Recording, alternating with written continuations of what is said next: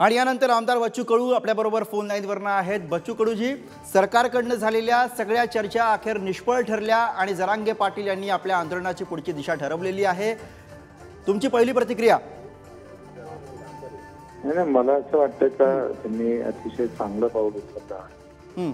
समाजाच्या दृष्टिकोनातून त्यांची भूमिका अतिशय महत्त्वाची आहे। त्यांनी समाजाप्रती जी काही आपली प्रामाणिकता आहे ती कायम ठेवली, त्याचा आनंदच आहे। बच्चू कडूजी, तुमच्याकडनं सुद्धा चर्चेचा प्रयत्न झाला होता। जरांगे पाटील यांची त्यावेळेला नेमकी काय भूमिका होती, काय म्हणणं होतं? त्यांचं तेच म्हणणं आहे की जे काही बोला जे काही सांगतो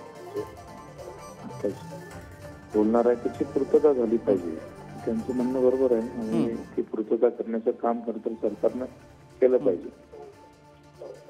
जरांगे पाटील यांच्या भूमिकेला तुम्ही समर्थन देताय? तुम्ही या आंदोलनामध्ये सुद्धा सहभागी होणार आहात का 20 तारखेच्या? हा, मी सुद्धा सहभागी होईल, आम्ही सुद्धा पाहिजे जाऊ त्यांच्यासोबत। धन्यवाद बच्चू कडूजी या प्रतिक्रियेसाठी। तर